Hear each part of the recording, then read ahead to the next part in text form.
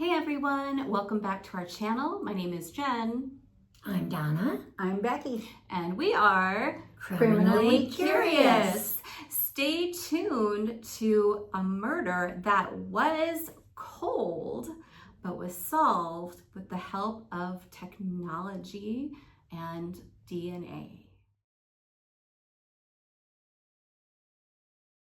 Right, so in today's video, we're going to bring you a once cold case of Kari and Nunemaker, which was solved by the technology of DNA. So Kari Ann Nunemaker was 16 years old, and she was murdered on the night of January 28th, 1991. That night, she attended a soccer game at the YMCA in Elkhart County with a couple of her friends. And then they went to Concord Mall, kind of hung out for a while, and then decided to come back to Elkhart for another game. So they came back to Elkhart. One of her friends called it a night. She had to be home by 10 o'clock, I think it was. So one of her friends went home early, caught a ride with another friend, and then she dropped off her other friend at the local McDonald's on Main Street. And they had plans to meet up at another McDonald's in Dunlap, but she never showed up. So I can hear you guys asking, why did they make plans to meet at another McDonald's when they were already at a McDonald's?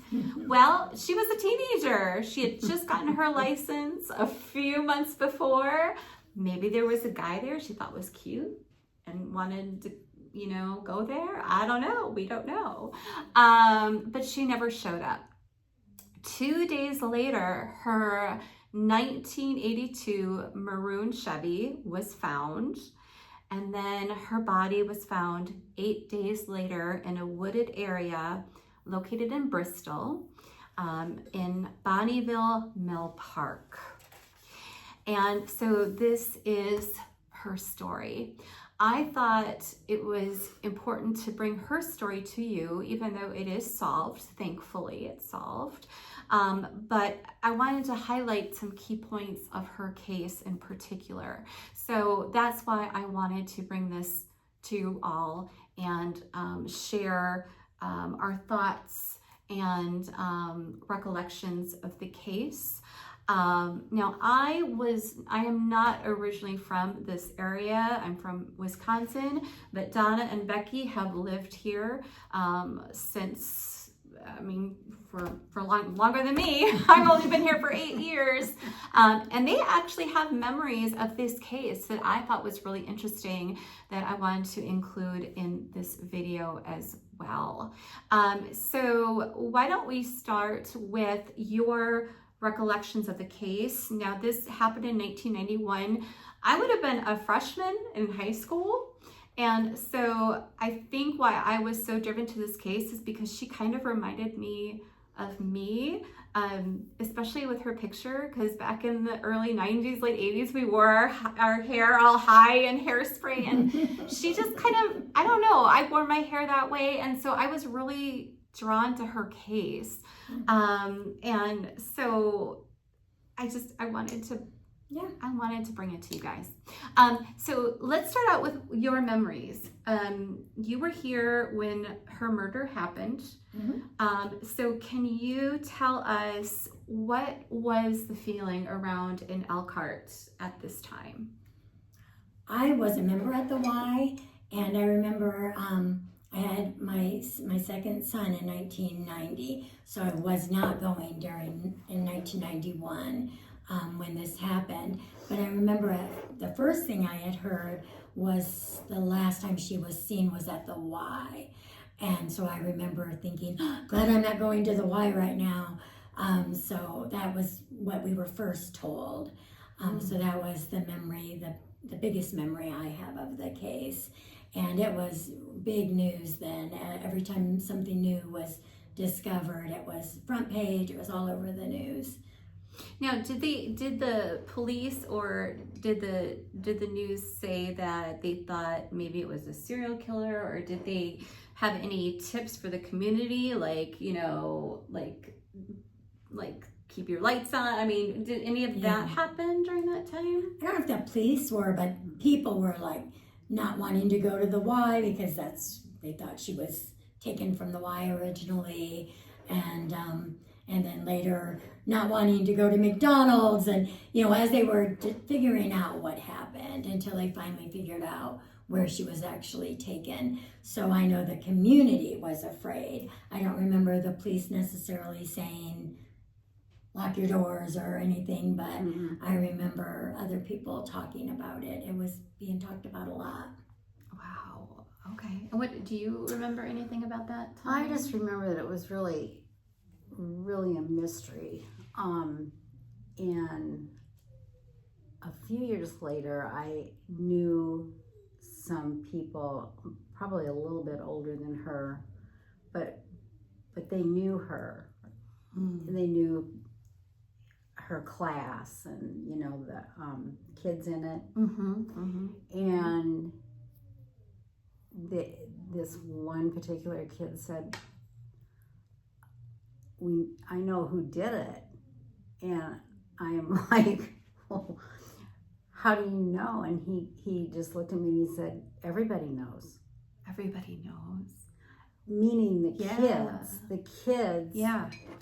nailed who this was in their minds. And what year was right away? What year was this again? Do you remember? It had to be before 93 because I didn't work there anymore. Okay, so she was So- murdered in 91. So So they thought they knew before yeah, 93. yeah, Okay. they just Wow. yeah, and he never gave me a name. I don't know if that's who they ended up getting or not, Yeah. you know, but it was just that was like, wow. But they evidently, the cops couldn't nail it on whoever this person was, or maybe the kids never said that to the cops. I don't know. Wow. I don't know. But I'm sorry. it was just, Yeah. to him, it was common knowledge. Wow. That's really amazing to think of that. Now, I'm going to give props to my hairdresser. Hi, Tawana, if you're watching. I first heard of this case through Tawana, my hairdresser, because we were talking about true crime.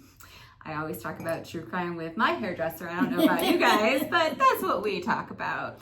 And she brought this case to my attention, and it was so close. And I'm like, wow. You know, I got to research this case and ask about it. And so what struck me was that it was so well known. Now, it's my understanding that Kari lived in Wakarusa, which is about, would you say 20 minutes from Elkhart?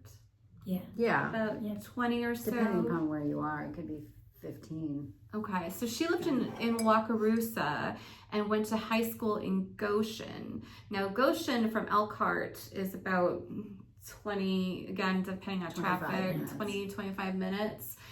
How far is Wakarusa from Goshen? I'd say like 20 minutes. Oh, really? I lived on the west side of Goshen on 119 Okay. in Goshen. Okay. And at the end of 119 is Wakarusa. Oh, okay. For in my head, again, So, I think it was, I thought it was but I was further, on the but edge, you know, if Yeah. you're way into. Yeah. Okay. And then, and then Wakarusa is what, 20 minutes from Elkhart?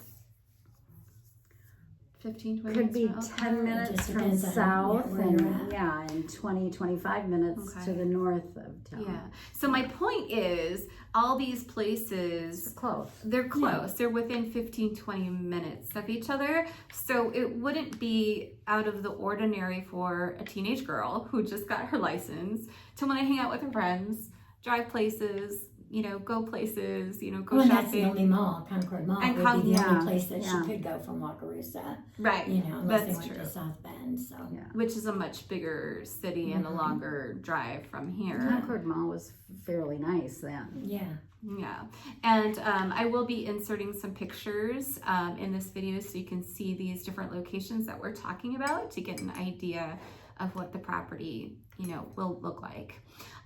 So let's talk about the autopsy. So her autopsy, remember her body was found about 8 days later in a secluded area in Bristol. And Bristol, again, is a nearby area to Elkhart.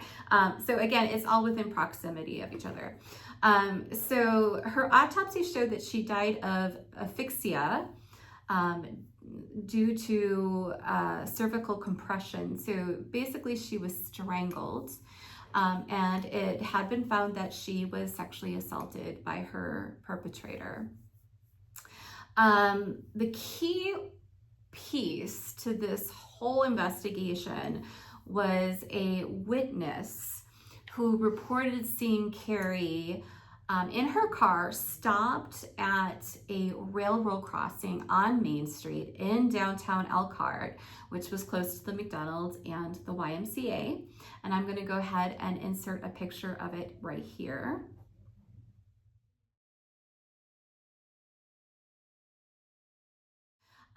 And the driver's side of the window actually could not be lowered. So to talk to somebody, she would have had to open up her door to have interaction with somebody.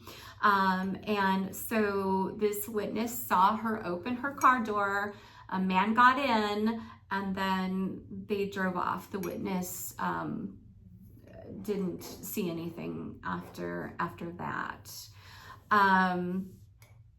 Now, what made this case significant, which is what I thought it was important to bring it to our channel, was that years later, so remember this happened in 1991, so years later, the lead investigator with the state of Indiana's cold case unit obtained DNA evidence that was saved from the scene. And the DNA pinpointed a prime suspect. Would you guys like to know who the suspect was? Yes. The suspect was a man named Fred Mott. Now, let me tell you about this guy. He lived in Elkhart at the time, and he lived in a government housing unit. It was a 2-story, and I believe it was a 4-apartment complex. And I'll go ahead and insert a picture of it right here.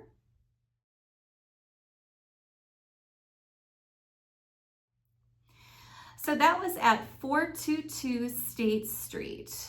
Now, witnesses in the building, get this, witnesses in the building heard a woman screaming for 30 to 40 minutes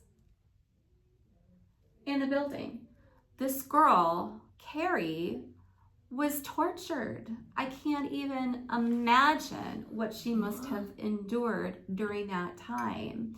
So finally, the girlfriend or the wife, I can't remember, of this guy who lived in an apartment, I think above Fred Mott, went down, knocked on the door, and Fred Mott came to the door, said, "She's fine," and then shut the door in the guy's face.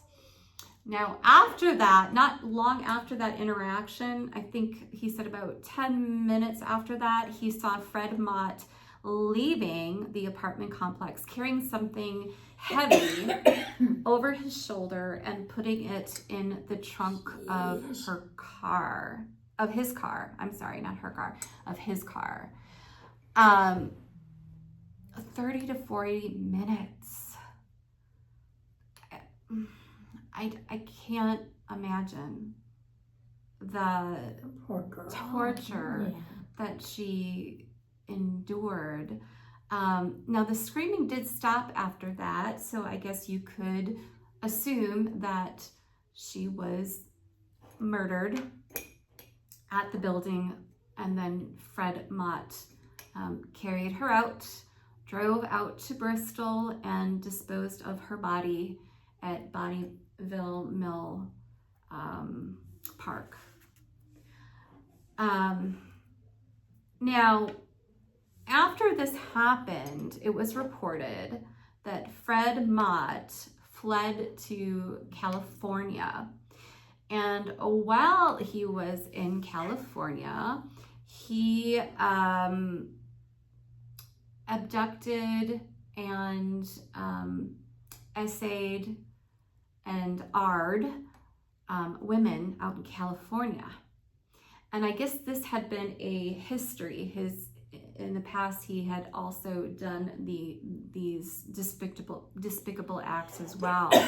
So while he was in California, he was convicted for 2 abductions and rapes. And he was serving 2 life-term sentences. Now, when the police got his DNA and confirmed him as Kari's killer, they extradited him back to Indiana. And so in 2005, Mott was charged. He was tried and convicted of Kari's murder and sentenced to 60 years in prison. So he is in prison. Only 60 years though for all that. For Kari. Now, the biggest point that I want to highlight here is that we got this conviction 17 years later. So Kari's murder happened in 1991, and then he was serving prison time in 2008. So that shows you how important collecting evidence, saving evidence, getting DNA, getting all of those kinds of forensic samples is so important, because her case went from a cold case to being solved within 17 years. So again, technology is changing all the time, and that's why it's so important, I think, to save this evidence. So I wanted to highlight that. Yes. Can I interrupt? Yes, of course. With this knowledge, the people that thought they knew who the killer was, Yeah. I'd say they were wrong. They were obviously wrong, because I know it was someone in a young person, Okay. and that poor person had to live with this on his back. Yes. If they all thought they knew. Yeah. Well, that's kind of sad too. I mean, that's sad too. I mean, to have people think that you're guilty of something that you're not, and then to have to live with that for so long, that's heartbreaking in itself. Yeah. You know, when you think about it. Anyway. So just some key points that I wanted to highlight in Kari's case, and why I think it's important, is crime. This crime happened in an everyday setting. Okay, it happened at night. She was out with her friends. Crime happens everywhere. Trains happen. Trains everywhere. happen, especially in Here. Elkhart. Right? If you live here, you know what we're talking about. The disabled car window, remember her car window did not roll down, so she had to open up her door, suggests that Mott may have engineered it that way, and he came across this opportunity at the railroad intersection to have that interaction with her. So that's a possibility. He could have done that. Again, her body was found in that remote area in Bristol. So it implies transporting her body to a different place in a wooded area. So that complicates discovering the crime scene quickly. So he obviously did that on purpose so that she would not be found quickly.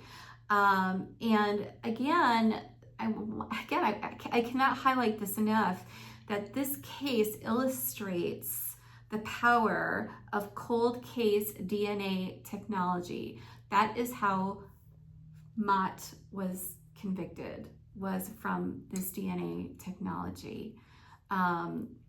Being a cold case and then going to solved after 17 years.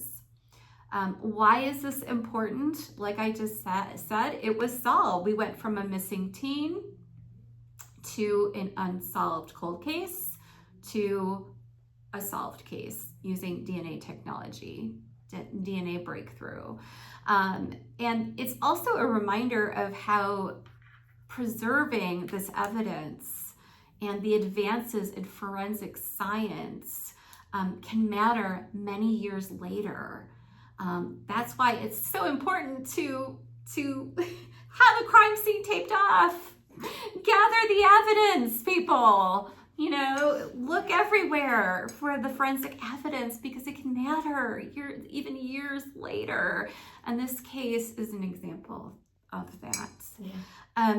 The other big thing too, as I conclude this, is that this case, Kari's case, represents the risk and the vulnerability of younger people in ordinary situations, and the importance of being vigilant and aware of your surroundings. And I think that's, no matter what time period you're living in, I think that's really important of being aware of your surroundings, because this can happen to anybody, and especially young people and older people for that matter, can be especially vulnerable in everyday type situations. And that's why I wanted to bring this case to you. Yes, it was solved. Thank goodness that her family, friends, and everybody involved, they have closure. They caught the guy, and he is in jail serving. He'll be there for the rest of his life because of the DNA technology and because the police saved that forensic evidence. So again, I cannot highlight that enough in this case. So thank you for listening to my ramblings. This was the case of Kari and Nunemaker, who went from a missing teenager to an unsolved cold case, homicide case, to finally being solved after 17 years. If you lived in Elkhart or heard about the case, please leave your information down below, anything that you remember about the case, how you were feeling during the case. Let us know your thoughts. If you knew Kari, if you knew people who lived in the area at that time, I would be very interested in hearing those stories, if anybody has any stories about Kari. Again, thank you to my hairdresser, Donna, for bringing this case to my attention. And again, I just very passionate about this case, even though I didn't know her. I feel connected to her because I would have been around the same age as she was. You know, I was a freshman in high school in 1991. And just the fact, getting the rush of getting your license and being with your friends, and you've got to be aware of your surroundings, and crime can happen at any time, anywhere. So that's my point. But anyways, thank you for sticking with us through this episode, this solved crime of Kari Ann Nunemaker. Until next time, please like, subscribe, share, do all the wonderful things. We would greatly appreciate it. All right, until our next video, stay criminally curious.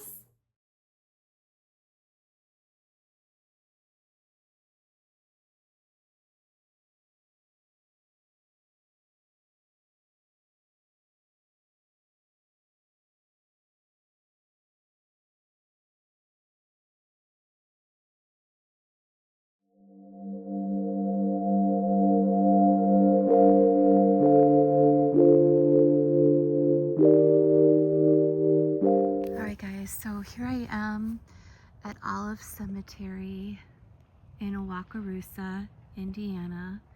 And this is the final resting place of Kari Ann Nunemaker. Here is her grave. It's very well kept. It's very, very peaceful here. Here's a look at the cemetery.